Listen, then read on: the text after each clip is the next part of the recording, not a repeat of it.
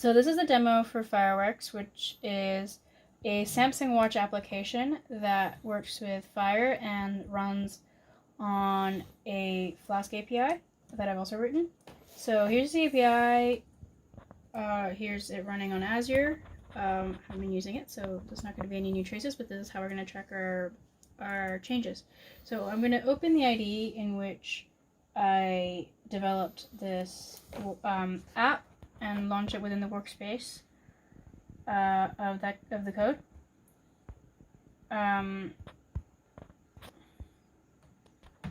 Take a while. Can edit this out. All right.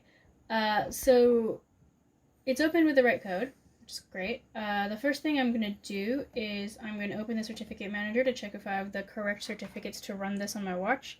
You can also run this on an emulator. It takes a long time to load the certificate manager. Long silence.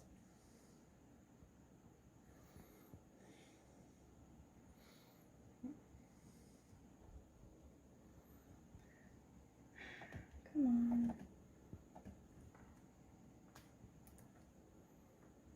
Here we go. Alright, so we can see we already have a certificate. It's really hard to see but because of this IDE, but this is the author certificate and this is the distributor certificate for my watch. Now, if we didn't already have one, we could just create one, clicking here. So this is how you could run this at home. So since I already have one, I'm going to check which Wi-Fi network I'm on. I'm going to verify that I'm running the same Wi-Fi network on my watch. Another thing to check is that your watch is in debug mode, so they're on the same Wi-Fi network. So what I can do now is launch the remote device manager. Now, we already have this one, but let's just throw it out. If it'll let me. There we go.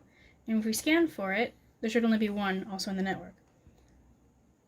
It'll appear. Right now it's already on.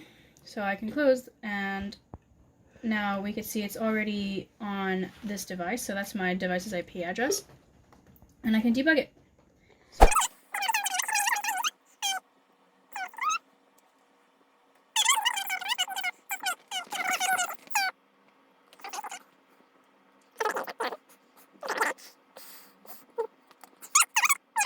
And here we go. So you can tell it's done because it opens up a big debug window on this screen.